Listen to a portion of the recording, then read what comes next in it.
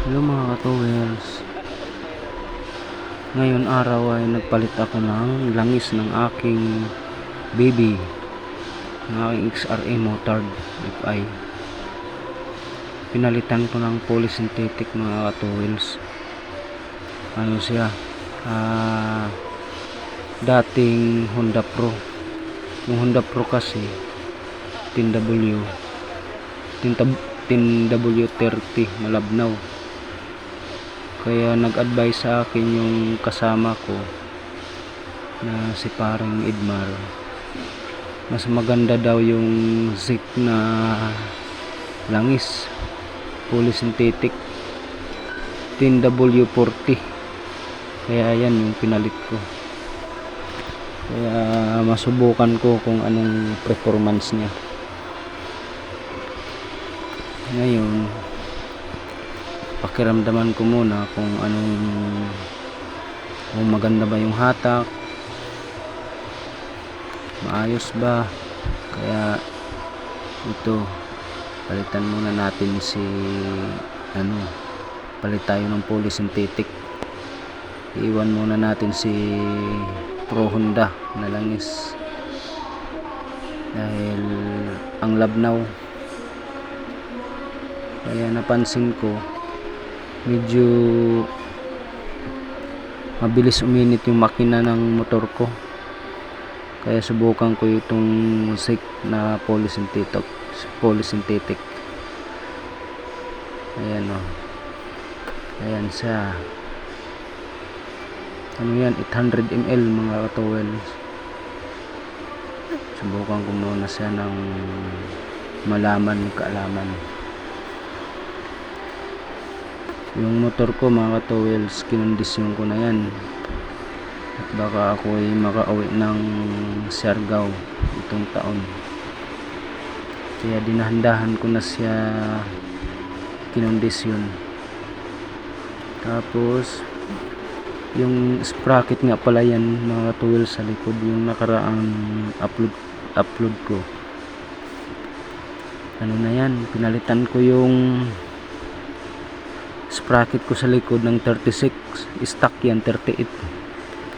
Kaya ngayon medyo may arangkada na siya. Medyo matuli na. Kaya palitan ko na naman yung engine sprocket ng 13.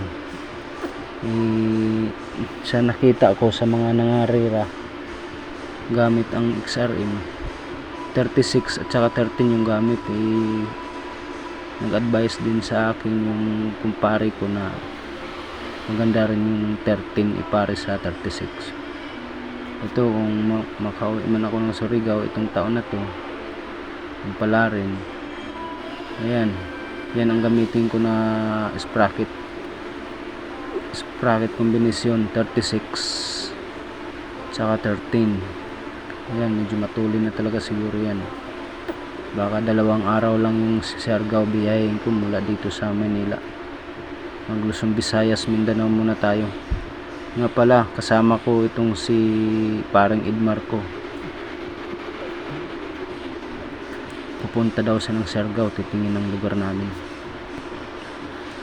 Mamasyal daw siya muna doon saglit. Tapos pagbalik ko naman dito, pagbalik namin, yan, motor pa rin gagamitin ko. Marami pa akong bibilihin dyan mga ka-towels. Bibili ako ng top box at saka yung center box at saka yung gulong yan sa harap. Ano pa yan, stock pa yung gulong na yan, hindi pa yan napalitan, kaya medyo manimpis na. Kaya ramdam ko yung medyo gumigiwang yung harap pag apak ng yung mga kanto-kanto.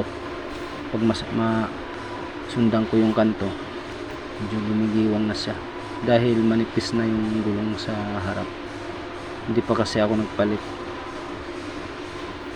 Kaya ngayon kung makabiyahe man ako, palitan ko yan. Tsaka alam niyo mga tools, yung mga nag-stock up na preno, Kaya pala nag-i-stock up yan dahil yung caliper pin nya, di ba may grasa yan,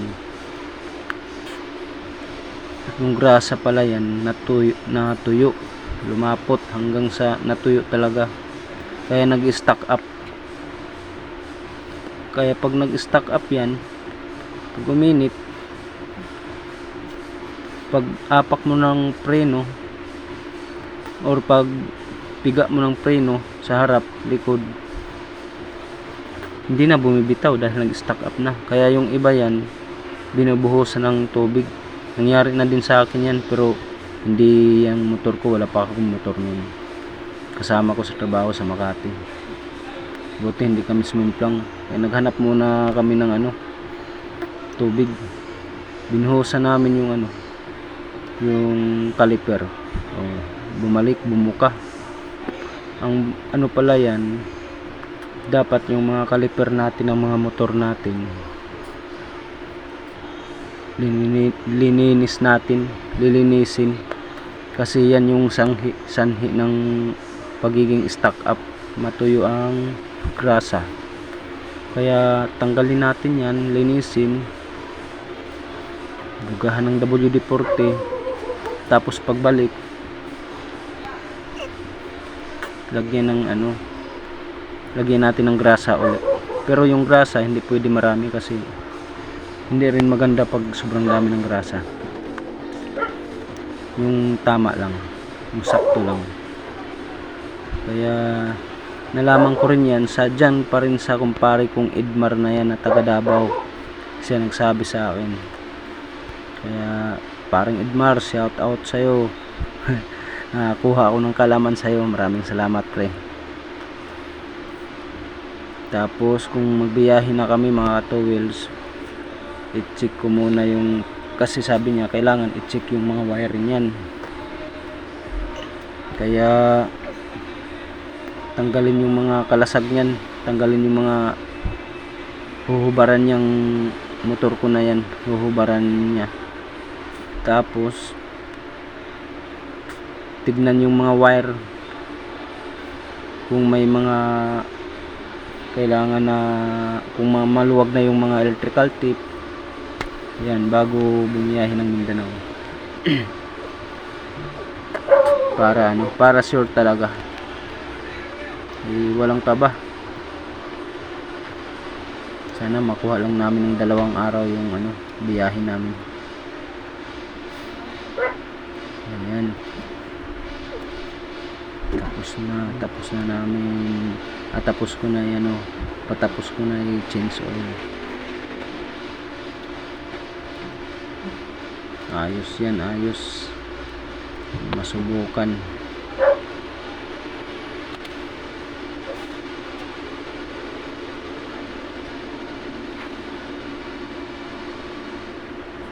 Goods na yan mga ka-wheels. Masubukan ko yan kung anong resulta ng zip na langis polysynthetic.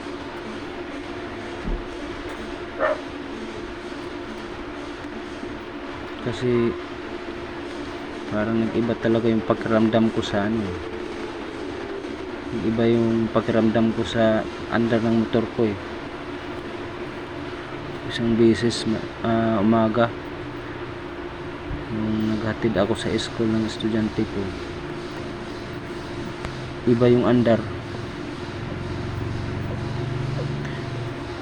Kaya naisip ko agad yung langis kasi malabnaw Ano pa yung langis na yan, wala pang 2 buwan pinalitan ko na.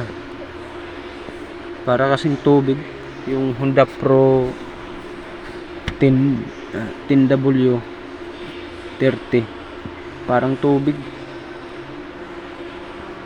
malabnaw. So, pinalitan ko siya ng 10W 40, medyo malapot konti. Ayun na, antay-bayanan na lang natin kung anong resulta ng ng langis na sick polysynthetic.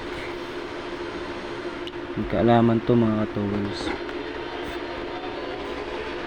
Kung maganda yan, kung matagal uminit yung makina, yan na lang yung gagamitin ko pauwi ng Siargao. Okay, dito na lang. Maraming salamat sa nanood mga ka-towels. Paki-subscribe naman, click button notification bell para laging kayong update sa mga sumusunod ko na i-upload na video. God bless sa inyo. Maraming salamat sa lahat ng mga nanonood sa akin. Thank you so much. Ayan na, tapos na siya. Okay, hanggang dito na lang mga ka-towels.